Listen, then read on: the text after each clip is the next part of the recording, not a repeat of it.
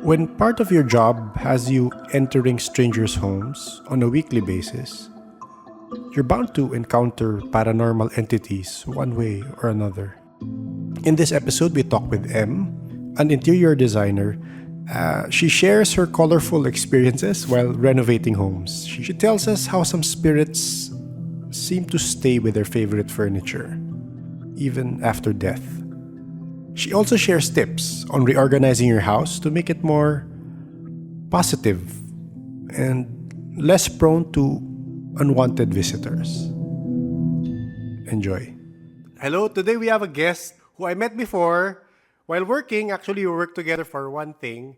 And the-mention niya, she's an interior designer. And syempre, part of her job is visiting different houses, condominium units. For ocular inspections. May mga nakwento siya experiences. So, we're here to ask her her experiences and ayun. So, hello. Good afternoon. Good afternoon. Ayun. Thank you for inviting me. Ay, okay. Thank you for agreeing to, to be our guest. Ano yung first time na may na-experience ka na ganon?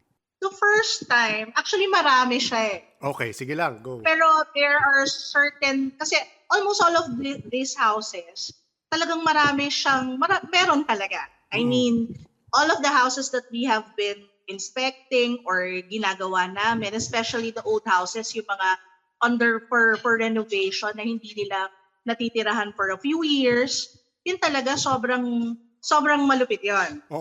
Meron talaga on all houses. For me, that is my belief. That is my opinion. Yes. Yes. All of our houses and all of the houses of other people, talagang there is a certain entity that we really cannot explain. But they're not bad entities or something. But I mean, you can feel it. Sometimes it is just there, pero parang hindi mo, nararamdaman mo, pero of course, hindi mo siya nakikita. Yes. It would always be a natural feeling. So, for me, the first time siguro that sticks sa mind ko in one of my projects, it is for ocular inspection. Ocular inspection pa lang siya. Okay. Kind of weirdish na yung feeling. Kasi nga, parang it has been unoccupied for 2 years. Okay. So, nung pagdating namin, it's very empty, but it's a beautiful house. It's a very beautiful house, but it's empty, very empty. Old house ba siya? It's a townhouse in Greenwood. Nagdi-discuss kami ng client. All of a sudden, one of the door upstairs banged. So that's the first, it banged. So nasa kitchen kami. We were at the kitchen discussing on what's going to happen at the kitchen. The door at the second floor banged. Nagtataka kami because there is no air. Kasi nakasara pa lahat ng windows. Okay. We are not opening any openings pa. Wala nothing. It's ocular. Hindi na lang namin ninana. So, hindi na namin siya pinansin. Yes. We agreed on something. We agreed na, okay, the design is like this. And then, nag-push through na, we implemented the design. So, upon the process, ito na. My people are staying in. Kasi parang it would be easier eh. Let's stay in sila. So, marami na silang, ma'am, parang merong ganito, merong ganyan. Parang ganon. So, parang ako naman, yan nyo lang, parang mag-hello-hello lang kayo. It has been part of the humor na lang at the side. Ito na, upon turnover, I was setting it up because I need to turn it over by 8 p.m. At lunchtime na. So, bang ng bell. Ben. Lahat kami nagbabaan na. So, nagbabaan na kami. Tapos kakain na kami at the living room area. Living room area tsaka garage.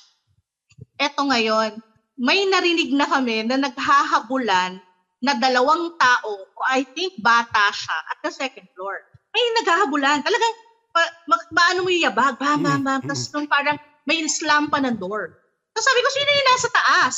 Tapos nagtingin na sa akin yung mga people ko, ma'am, every lunchtime, ganyan sila. Ay! Ganon. Every lunchtime, yun na sila. Grabe. So parang ako, oh my God, parang ma'am, bata po. Yung bata po yung nandito. Bata sila, dalawang bata.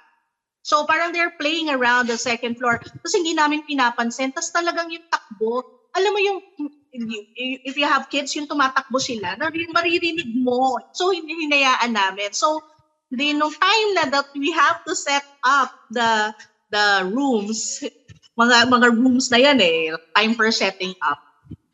Para bang parang hindi ka makahinga. So Parang kulog na kailangan, kulog, gano'n?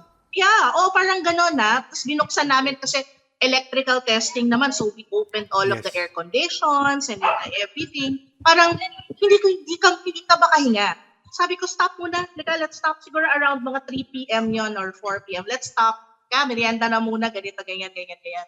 Tapos, alam mo, what we did is that parang may tawag kami bulong. Yung, Okay. my people would tell me na, ma'am, bulungan natin na we are not harming naman the place. Or, alam mo yan, yung parang kailangan mong bulungan siya na,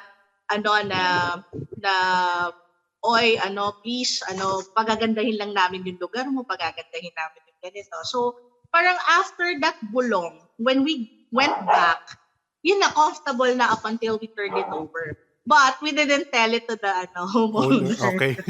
Diba? Parang kunwari ikaw, property mo yun. Oo. Gusto mo bang, Kaya diba? pala. Diba? Parang, oh no, diba? Parang gano'n. Pero sila yung owners before that? Hindi. Okay. So better, They are the second owner. Okay, oo. Kasi ang balita pa namin doon kasi, di ba in floodway kasi, normally, nagbabaha eh. Yes, oo. So parang talagang, di ba, up until roof, parang siyang provident na hanggang roof yung mga Yes. So I think, yun eh. Kaya nag-renovate yun, inangat yun. So parang inangat nila, tapos hindi yung may-ari, hindi na nila tinirahan, tapos binenta nila. Nabenta kasi nga, mas mataas na. Correct. Mas mataas na. And then, we renovated it lang, the interior. So, yun yung first na nag-stick sa mind. May question ako kasi kaya kita naalala ulit eh. Meron kami previously na interview. Siya naman, pinag-usapan namin nung buong time is yung experiences niya sa ganyan na pagpasok sa mga places. Minsan merong energy na nafe-feel siya na negative. Kasi ikaw marami ka pinapasukan na iba-ibang bahay eh, di ba? I'm sure baka meron kang insight into this. Siya pagpasok niya dun sa condo, biglang pumasok sa isip niya, magpapakamatay ako dito. Oh my God! Never niya na-experience in his whole life. Pero pagpasok niya doon, ang negative ng energy, tapos biglang naisip niya daw, kung tumira kami dito, magpapakamatay ako dito. Meron ka ba na-experience na parang gano'n na pagpasok mo pa lang, negative na kagad? Wala naman. Wala naman na yung they would harm you or it is something harmful. Oo. Wala. We have no experience ng ganon. But we have one na latest experience namin siguro a year ago. Okay. We were doing a site in Mandaluyong. And then my foreman took a photo of our site foreman na para ituro niya kung saan yung leverage nung pader. Yes. And then, dun sa photo, as in talagang, papakita ko nga sa'yo, isi-send ko sa'yo yung photo niya. Kasi syempre, photographer ka, so alam mo, di ba? But I have 3 photographer friends, and grabe yan. Di ba? Gano'n, hindi yan trick or, hindi siya trick na dalawang, magkaharap silang dalawa. Parang mirror image siya nung mismong person na yon. So parang dalawa ang kausap mo.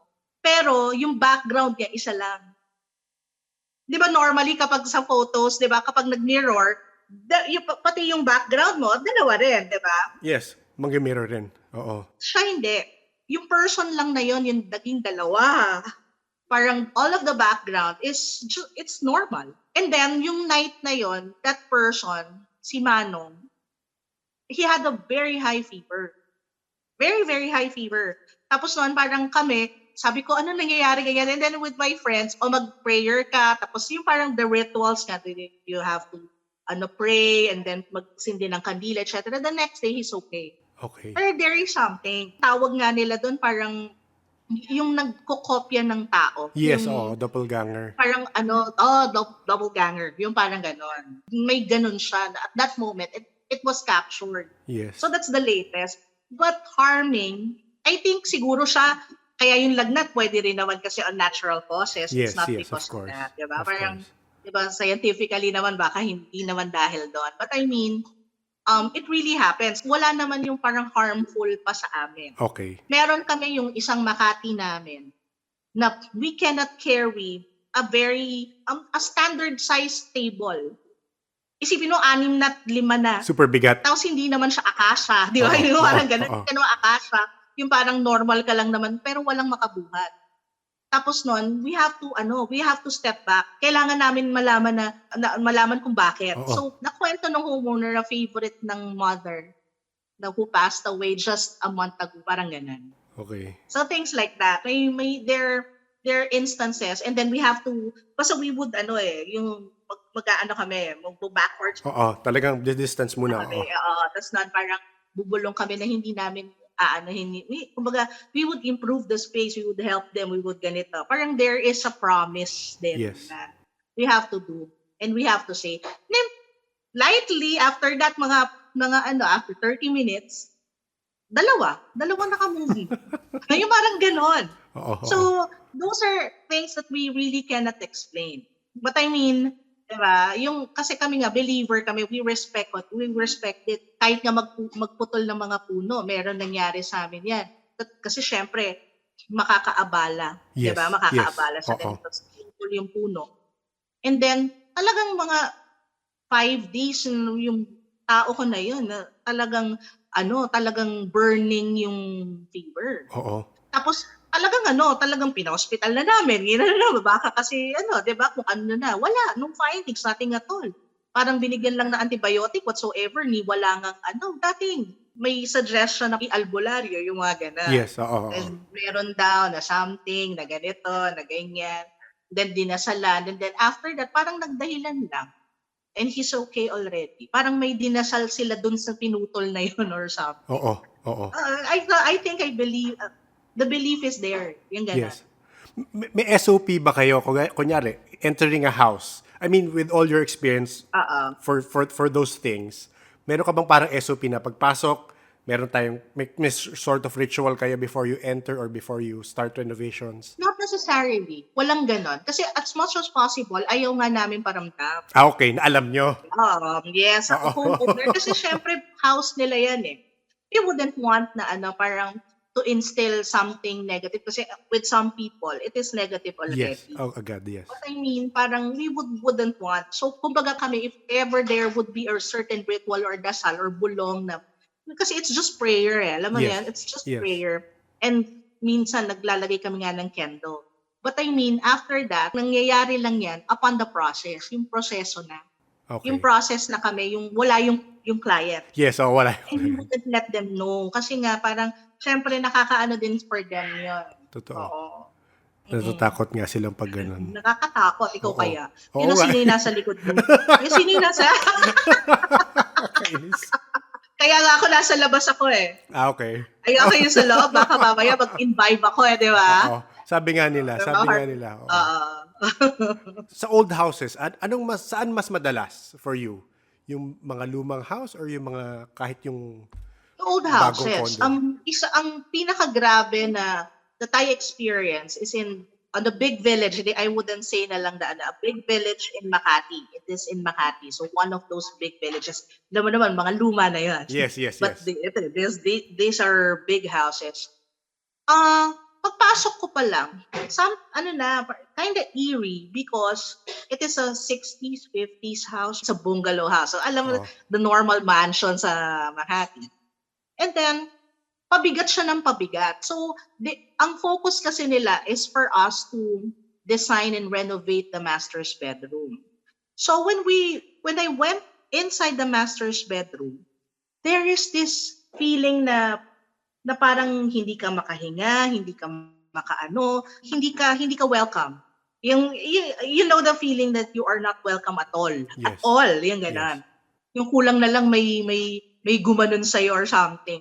Sabi, sinasabi sa akin ng client na ganito, ganyan, that they wanted the bed na to be reupholstered and refinished because that bed is very precious to them. The focus is the bed, The focus is the bed. Nung kukunin na namin, at that same day that we need to take out the bed, that day, parang hindi namin mailabas. So, we disassembled it, pero hindi namin mailabas. So, nagpahinga na naman kami, we rested. Pag gano'n na kasi, yun na nga, you would step back. Yes, oo. Tapos, when we interviewed the maid, parang chika-chikahan with the maids, and kasi umalis na yung owner, chika-chikahan na with the maids. that same bed, that is where the father of the house died. Okay. That bed. Yes. So, kumbaga, part of it, we understood. Oo. Sometimes kasi, they are around those favorite things. Yes, The yes. favorite things. So, Yes. when we reupholstered it, actually, yung upholster ko, si Manong ko, habang nandun yung, yung headboard sa kanya, kasi it's the headboard that needs to be reupholstered. Out of the house yun, ah. Nasa workshop niya. Yeah, sa workshop na niya, out of the house. For 2 weeks, may tao sa baba parate. Laging ganun. There is a person. There's a person, tas meron pa siyang nakikitang shadow na nandun sa harap nung headboard na yun. That he cannot explain. No, ma'am, ano ba to? Saan ba galing? Parang saan ba galing to? Ay, kung madaliin mo na lang. Tapos dapat hindi ka salbahe kasi baka binabantayan niya. Parang that is one of the thing na talagang nag-stick din sa akin. Kasi nga, hanggang sa naibalik namin, nung naibalik na namin, ang bilis lang namin naibalik. Okay. Di ba yung paglabas namin, talagang hirap na hirap kami. Pero yung pagbalik namin, wala. Bilis. Talagang, pati yung pag-assemble, yung bagong-bago na siya, naibalik na namin doon sa dati niyang pwesto. I mean, that is, yung wala kang kaproblema. So, alam mo yan, there are certain things na sometimes they're very connected with it. So talagang feeling, parang nakikita nyo na may connection sila to physical things na important to them when they were alive. Oo. Super. Kaya may respeto eh. Yes. Hindi pwede talagang matanggal yung respeto sa bawat muebles, lalo na pag luma. Yung bago kasi it's okay lang di ba? Okay lang. But I mean, hindi lang yung house, minsan yung gamit. Yung gamit talaga no? Minsan talaga pati yung gamit talagang iba. Pero would you consider yourself na parang mas outside of homes, meron ka bang nafe-feel minsan? Would you consider yourself a bit sensitive to these things? I think so. Kasi sometimes when I go to restaurants and then I am inside the CR or something, especially with yung mga old restaurants also, which I love, or museums. When I go there, parang there is something na, I consider myself as somebody who can really feel it. Pero yes. hindi ako ready na. There is something that they say na parang you open your like this and like that. Parang no, I am not ready for that. I do not want. I do not want to see those things. Okay na nararamdaman ko at may respeto naman ako. Tsaka kumbaga, alam ko naman na nandyan sila, but I mean, I respect it. Then, okay na sa akin yan. But I just do not want to train myself. Even my friends, ganun din eh. So, I have friends also na ganun. Minsan, nasa CR kami, oh my God, Grace, nga. Tara na. Yung ganun. Okay, ganun kami. May ganun na. Tara na. Alis na tayo dito. May ganun. So, parang, for me, mas okay na sa akin yung ganito. Yung nararamdaman mo lang. Nararamdaman mo lang. Actually, yun nga. Meron rin kami na-interview before na iba-iba palang level yan. May iba nakakaramdam lang. Same rin nafe-feel niya lang. May iba naman talagang kahit hindi open, nakikita nila pero vague shapes lang talaga. Totoo, so meron ganon. Yes, meron ganon. And creepy yun. Sobrang creepy yun. Yun talaga ayoko na nun. Parang, kapag nagkukwento yung isang friend ko na ganyan, na ganito, tulad yan yung nandun, ayoko na. Ganon. Correct. So, kung mahilig ka rin kunyari, sa mga antique na furniture, so, ina-advise, nafe-feel mo rin ba? Kunyari, may nakita ka maganda antique na furniture, parang paghawak mo, pagtingin mo, parang may something. Meron. May nagaganong ka ba yung experience rin? Meron. There is something na parang, sa personal na to ha? Yes, personal na. Yung personal, siguro sa Marikina pa kami nakatira nun. There is a beautiful candelabra owned by my father, my late father. Love na love ko yung candelabra na yun. Lagi siyang nakikipag-usap sa'yo. Yung candelabra na yun, nakalagay lang yun dun sa dining area. So, inakyat ko siya sa kwarto ko. Nung inakyat ko siya sa room ko, natulog na ako, etc. I had a nightmare that there is a woman looking at me. And I was lying at the bed. And then the woman is on top of me. And then, the first thing, parang syempre, ayan na, parang nightmare, you are inside the nightmare. Yung parang Yes. pinilit mong magising. Nung nagising ako, the first thing that I saw is the candelabra. Binaba ko. After that, I told my mom na parang, wag na nating anuhin yan. There is something na dyan. Tapos nun parang tinanggal namin yun eh. Naging lighter yung house namin at the time. Nung nawala yun. That simple candelabra. There is something eh. Meron naman na parang, Did you know the history of the candelabra? no, hindi na nga eh. So Hindi hindi na namin alam. Basta nagandahan ka lang, alam mo yan, nagandahan ka, you pick it up and then you place it at your bedroom. Pero there are certain things then, for example, I go to segunda mano stores. Yes. There are certain things na parang, uy, I like this, I like that. But there are certain things there, hindi mo gagalawin. Ayaw. Okay. May ganun kang pakiramdam. Yes. Kahit furniture pa yon, especially with segunda mano. Talagang may ganun ka. Tapos meron naman na parang nakikipag-usap siya sa'yo, nakunin mo ako. Talaga mo, may ganun naman. Okay. Tapos pag nasa iyo naman, nakakapagpagaang ng area, nakakapagpagaang pag tinitingnan mo, parang inspired ka, mayroon namang ganun. Isa sa mga, again, pag-usapan namin before sa isang interview na parang siya rin, again, baka may insight ka to this. Kasi may kinukwento siya, ni-renovate rin na bahay na luma. Point niya is, may energy yung isang lugar. Mm-hmm. Kung happy yung memories doon, yun rin yung mafe-feel mo. Yun rin ma-retain sa space. Yes. Oo. So, I don't know if meron ka rin parang, meron ka bang place na na-visit na napakagaan rin, na masaya ka, I mean, hindi ka nababother, gano'n. Almost all of the sites naman. Yung parang it would imbibe a happy feeling. And then always may advice also kapag kunwari magre-renovate or magsa-style naman ako. Magregodon, yung ipaparigodon ko sa yung parang wala ng energy. Sometimes kasi when you feel negativity on a certain space because yung energy nga wala na doon. So what you need lang, yung tawag namin wagwagin natin. And then para magkaroon uli ng positive vibe on that area, on that house. That is very important. Okay. Kasi even in Feng Shui, di ba, parang Yes. ganun din. Kailangan yung energy ng bahay mo, bawat sulok na yan, kailangan functional siya, kailangan masaya siya. Kung hindi, the space or the area would also pull you down. Yung parang feeling mo tamad na tamad ka, feeling mo galit ka parate, mainit ang ulo mo. Di ba pag magulo, mainit ang ulo mo? So things like that. So it is not just there is an entity or something. Kasi you have to have a certain respect lang on all of the spaces inside your house. Kasi kailangan lang iikot mo ng iikot. Kapag hindi na siya functional, malungkot na siya, lagyan mo lang ng halaman yan, okay na yan eh. Magiging masaya siya. O kaya, yung living room mo, palitan mo naman ng ibang furniture. Yung furniture sa taas, ibaba mo. Things like that. Okay. Basta to energize it again and to make it new. Yung parang ganun, hindi mo naman kailangan talagang gumastos. But I mean, for me, all of the houses, parang, it would also always have a positive, feeling. Even if yung parang there is something na negative na nangyari. Kasi sometimes you just need to respect. Continuous ka lang na sasabihin lang na, uy, aayusin namin, pagagandahin.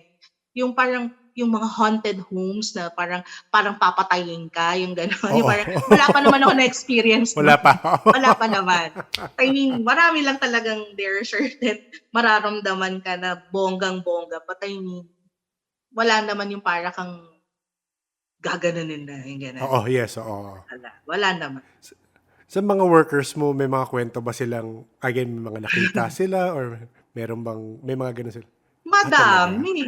Madami experiences kapag especially mga stay-in. Especially yung... Okay. Oh, yes. Pag stay-in. Oo, and then all of the houses na for renovation. Talagang talagang talamakang kwento. Pag bahay talaga. Kasi sila lang nandun, di ba? Yeah, there is this one site in Cavite. Stay-in sila. Tapos noon, parang lagi sila nag-aaway. Yung parang laging nag-aaway. Magkakaibigan naman sila. Oo. Lagi nag-aaway. Tapos yung pala, the energy there na nag-e-invite, because before is may nagpatayan na 2 magkapatid. Yung bahay na yun mismo. Oh my gosh. That's the history of the house. So yung mga ganon bagay, I really told the homeowner kasi nabili lang niya yung adjacent lot na yan eh. Okay. Yung adjacent na house na yun. House. The house. Parang, Oo. nabili lang niya yon, parang kalilipat lang niya, tapos binibenta na yung kabila. Yung ganon. So, yung kabila, gusto na niya pa-renovate kasi maganda na yung kanya.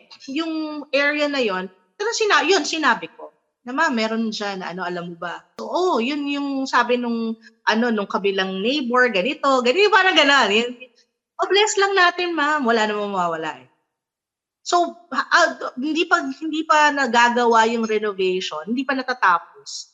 I really told my client na pa-bless mo na. Pinabless niya. Then parang, gumaang naman siya.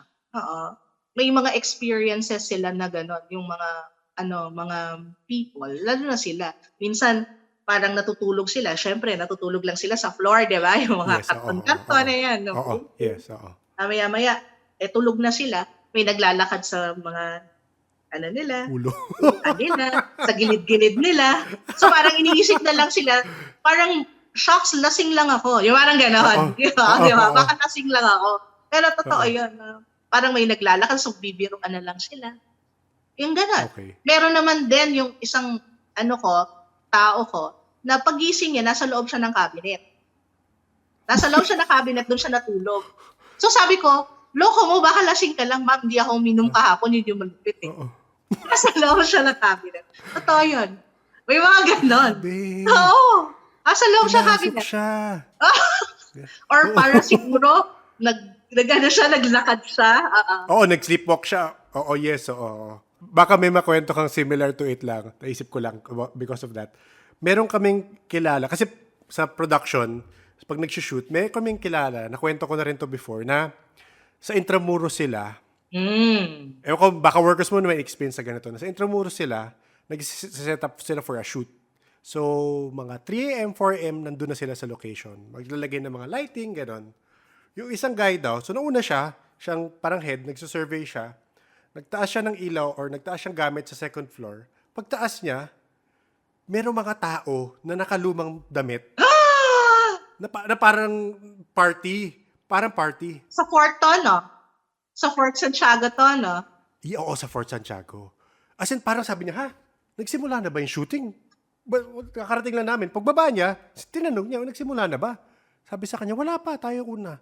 Pagtaas niya, wala na ulit. Talawak siya.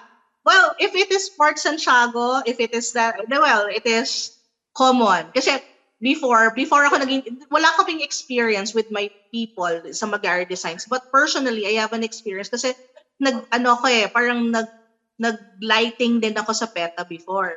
Okay. Sa Fort, yung sa Fort, talagang makikita mo talaga na hindi mo ka-crewmate naman, hindi mo ka Yes, kasi hanggang madaling araw kami doon eh. So parang setting it up and lahat. So parang lighting, sounds, etc. So parang part ka doon. So nung time na yon, syempre lights queuing kami. Kailangan merong isa dito, tapos mamaya merong gumagalaw na doon na iba. Tapos merong ibang tao na nandun, alam mo naman kung ilan lang kayo. Things like that. So, wala naman akong nakitang parang ibang naka-uniform or ganito, ganyan. But, grabe yun. Super dami ng kwento about it eh. Na, in terms of Fort Santiago in that area, yung Manila, sobrang dami yan. Pero kumbaga, parang sa akin, talagang the souls there, malupit doon. Minsan nga, parang, there was this one time, the last time that I went there, ayoko talagang nagpapagabi. Paggabi na, ayoko na.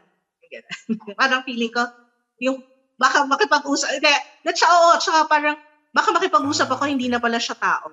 Parang feeling ko ganun. Yung ganun mangyayari sa akin, kapag inabutan pa ako ng gabi doon.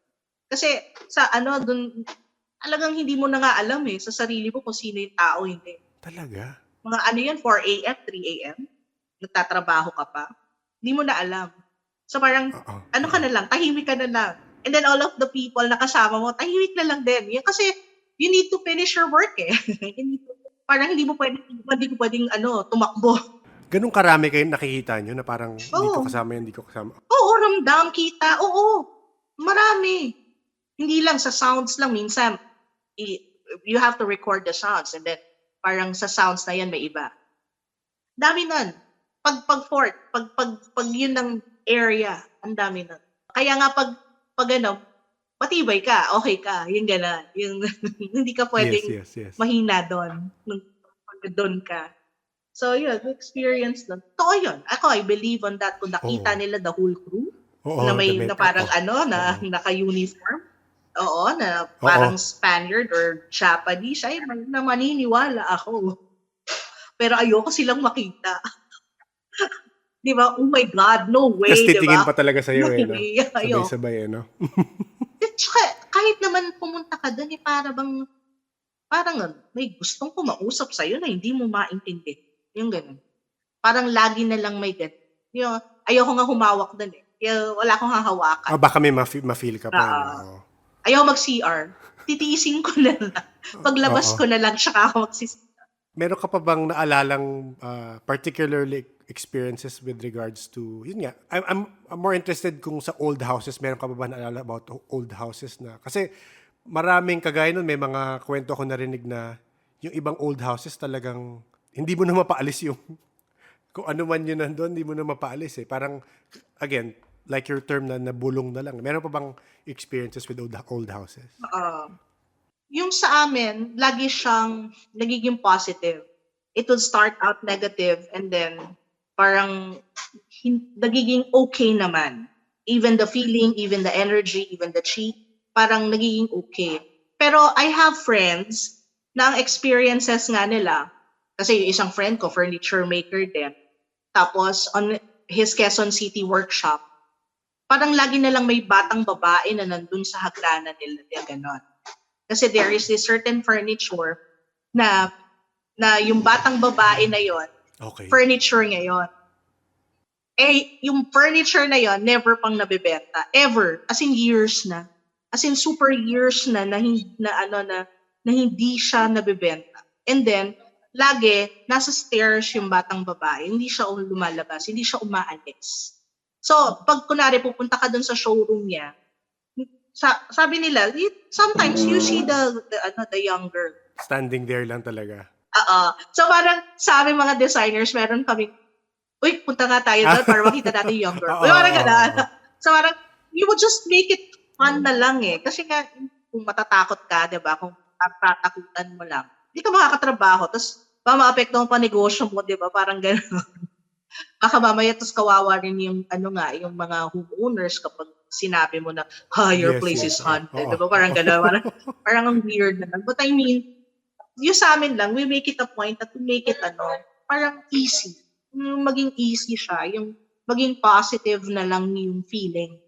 Kasi nga, pag hindi mo ginawa yun, kahit kayo sa sarili mo, yung gumagawa, parang hindi rin komportable. It's not comfortable anymore. Negative nga. Kasi kung didibdibin mo yon, kunwari nga, pagising mo, nasa inside ka ng cabinet, o kung didibdibin mo siya, paano ka? Totoo.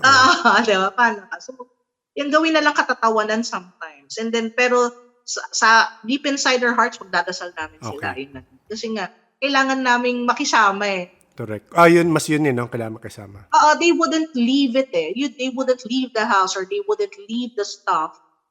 But, pwedeng, kumbaga, parang, dahil nakisama ka sa kanila, yung parang, okay lang sila. Yung maging okay na sila. Tapos nun parang, alam nilang iingatan mo. So, nandun lang sila, but hindi ka nila ibabother. Yes. Yung mas maganda yon. Yes, Mas okay yun.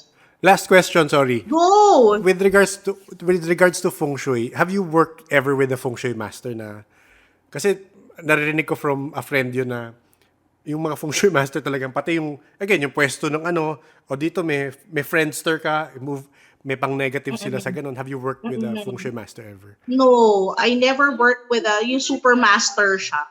But of course, lahat naman kasi kami, meron parang merong yung parang may learning din about feng shui, at least the basic. Yes. Sa amin, in terms of negative spots, yung negative spots kasi yun lang naman basic eh. Kung saan yung madilim, saan yung hindi functional, saan yung Yes. That's the part that you have to change. There are certain things that you have to open up the space kasi nga parang feeling mo sinasakal ka na, hindi mo po ba siya i-open up? Yung parang ganun. Okay. So parang basically, kapag iaano mo siya sa present na ginagawa mo, it is actually achievable. Kasi kahit ikaw, for example, yung spasyo mo, Oo. di ba, parang if you would declutter so many things and your mind Liwanag, would be yes. more, Sorry, clutter. your mind would Nahalata mo ang kalat ko. that joke lang. Totoo. So, I mean, kasi like that, di ba? Or, for example, that wall, di ba, pinate mo siya, mas cheerful. Then it has to put much, So, parang for me, basic lang naman din. But of course, meron talagang people that would really hire the master, yung mga nagpe-feng shui na talagang dito dapat yung door, dito dapat yung ganyan. But it is basically parang belief natin. So kung sila, kung yun, then provided for them. But I mean, mas maraming percentage na gusto nila functional lang sa kanila. Yun. Okay.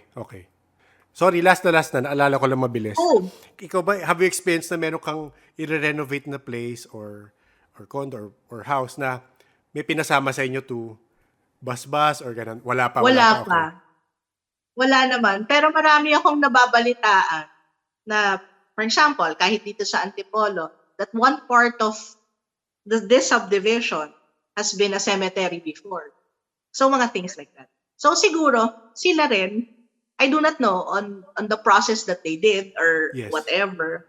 Pero kasi, actually, hindi mo rin maaalis yun na especially the big subdivisions, yung for sure may mga tao na doon na binurol na ganito na ganyan. Marami, di ba? So, correct.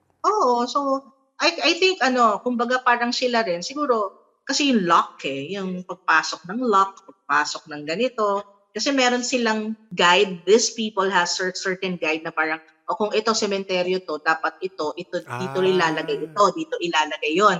Ngayon kung dito may pinatay dito, dapat iwasan natin yung mga ganon. Kasi normal naman talaga may ganon. Diba? Kumbaga parang hindi nila ilalagay doon most probably the basic, diba? The basic like this, basic like that. Pero ang balita ko, sa subdivisions, yung balita ko lang to this is really from architects, yung mga architect friends na kung saan yung chapel, doon yung may malupit nangyari sa subdivision. Talaga? Yung mga ganun. It is either it was a cemetery before. Parang to negate. Yes, to a cemetery before, or it is something like this, or ganito, may murder na yung mga ganun. So, itinapon na To clarify, balita lang yun. Pero it diba? makes perfect sense. It makes perfect sense. But I mean, sabi, yun talaga. Kinda, na yan parang live rumor na yan sa mga group. Minsan, pag titingnan mo, di ba? Ngayon, magiging aware ka, mapunta ka sa subdivision. Diba? Yung mga church. Naku, baka mamaya. Kasi parang sa amin, yung chapel namin, malapit sa creek. Di ba, ganun? Diba? Makes sense. So sometimes it really makes sense. Thank you. Ay! Wala na question? Do you have anything? Wala. Well, natatakot magta-time na. Nakakaya naman sa time mo. Yeah, it's okay. Thank you. Okay, thank you. I'll see you again. Bye. Bye. You. Thank you again to M for sharing your stories with us. If you have similar stories you want to share, a haunted house experience that shook you and continues to haunt your dreams, email us at paranormalsph@gmail.com. We'd love to hear it and discuss it with you. Kung napanood nyo yung Shake, Rattle, and Roll, I'm sure narinig nyo yung kwento nung halimaw sa banga, I think. And as verified by M, meron talagang items na nagre-retain ng previous owners nila. So, if may area ka sa bahay na medyo haunted, baka kailangan mo tignan if meron kang gamit siya na pag-aari ng kaaway mo or ng kaaway mong kamag-anak, kaibigan, di ba? Kaya pag mamimili sa antique shops, ipabless mo na lang muna para sigurado. Paano kaya yung bili sa ukay-ukay? Meron rin kaya? Anyway, habang in-edit ko rin, naalala ko tuloy na marami na akong narinig na haunted house stories galing sa mga kaibigan, kamag-anak, So expect a few haunted house episodes in the future. I just have to find the time to invite them or ask them the stories. Thank you again to all our listeners.